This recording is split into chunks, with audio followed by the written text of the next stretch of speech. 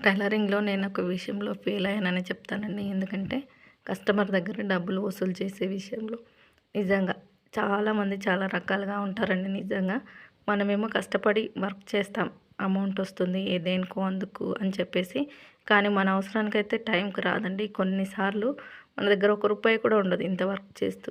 సరే ఇచ్చేవాళ్ళున్నారు కదా! పలానా వాళ్ళకి స్టిచ్ చేసామని ఫోన్ చేస్తే, ఫోన్ ఎత్తి ఏవేవో సాకులు చెప్తూ ఉంటారండి. టైంకి ఇవ్వరనమాట మనకి.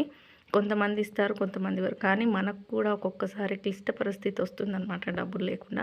అటువంటి టైంలో ఫోన్ చేస్తే కూడా రావండి. ఆ టైంలో అనిపిస్తుంది. అబ్బా! ఎలా వసూలు చేయాలి వీళ్ళ దగ్గర నుంచి వస్తాయా? రావా? అన్న టెన్షన్ అనమాట. కుట్టించుకుంటారు. అంత బానే ఉంటుంది. కొంతమంది ఇంకో రకమండి. ఎలా ఉంటారంటే ఇంకా కుట్టించుకొని సగం డబ్బులిచ్చేసి, సగం బ్లౌజులు ఇక్కడ పెట్టేసి వెళ్తారు. మళ్ళీ రారు. వాళ్ళేంటంటే కౌంట్ చేసుకుంటారనమాట. వాళ్ళిచ్చే డబ్బులకి బయట ఇంకొక శారీ వస్తే కొనేసుకుంటారు కానీ ఇవి తీసుకెళ్లరు. ఇలాంటి వాళ్ళు మీకు తలిగారా? ఉంటే మాత్రం కామెంట్ చేయండి.